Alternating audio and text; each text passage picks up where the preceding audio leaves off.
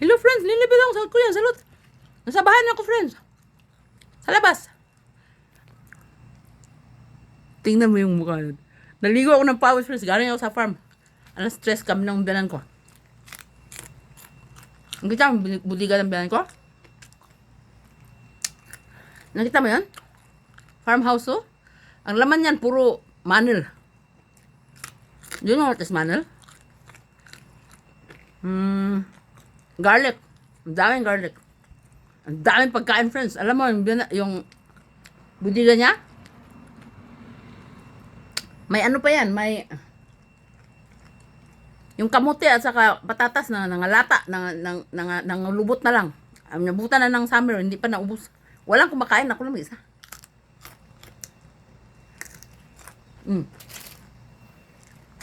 Lapang tayo ito, friends, ha? Punas-punasan mo lang, oh. Nag-farm kami, grabe, ang init. Ay, may bakasyon kami, friends, 1 linggo. Pula-pula na yung aming kutsu. Sili. Mag-harvest ako. Isipin ko na lang ito ba namin, friends? Malaki.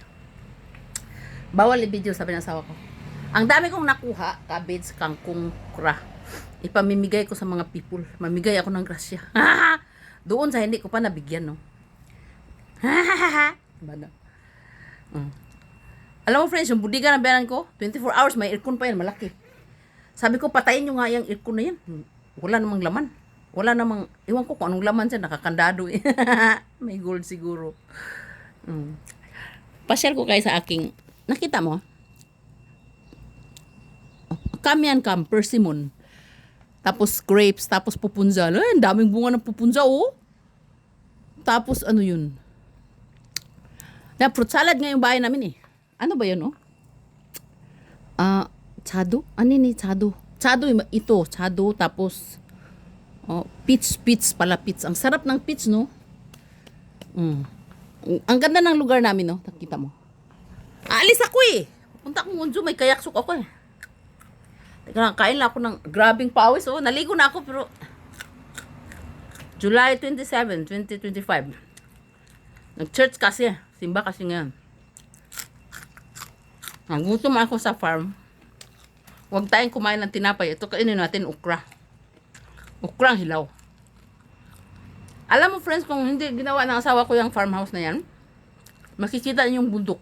Ang ganda-ganda. Parang ganun, no? Kita na?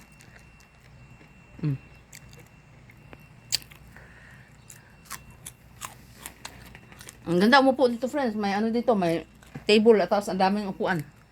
Darating na naman yung mga samcho namin. Sa Hyuga. Alam mo dati, darating sila, friends. 4 na araw sila dito, 3 gabi. Ngayon, 1 gabi na lang daw. Tapos 1 araw.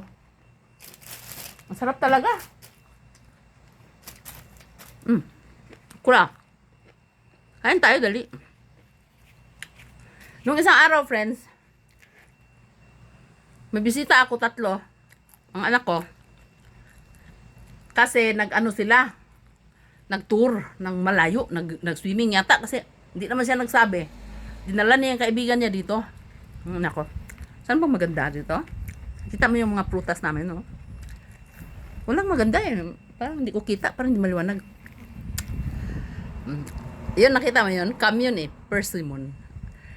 Nagtanim ako ng persimmon, marami. Asawa ko din nagtanim. Ano sabi ko? Alam mo, masarap talaga pag malaki-laki. Matamis. Matamis na parang bayabas talaga yung ukra. Ang sarap talaga.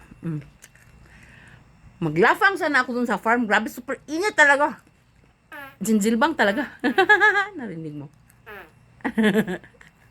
Ang daming ibon dito, friends. Pinapakain kong ibon dito. Upo ka lang dito sa labas, friends. Talagang talaga yung pawis mo. May kayaksok ako. Mamaya. Ang dami kong dalang mais. Bibili daw siyang mais. Ay, bibigay natin sa kanya. Marami akong dalang mais. Corn. Pinapamigay ko lang. Bibilhin daw niya. Bibilhin mo. Pag nakakain tayo ng 10 na ukra, alis na tayo.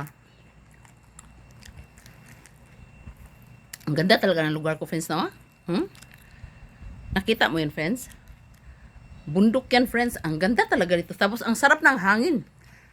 Kasi lang, galing ako sa labas, nag-work ako, kaya tumatagaktak yung pawis ko. Tingnan mo. Kita mo? Nangyari sa mukha bulili.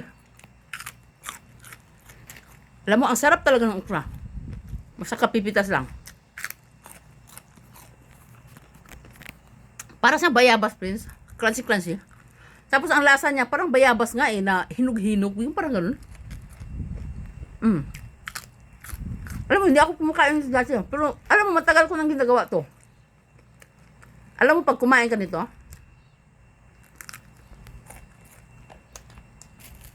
pag kumain ka nito,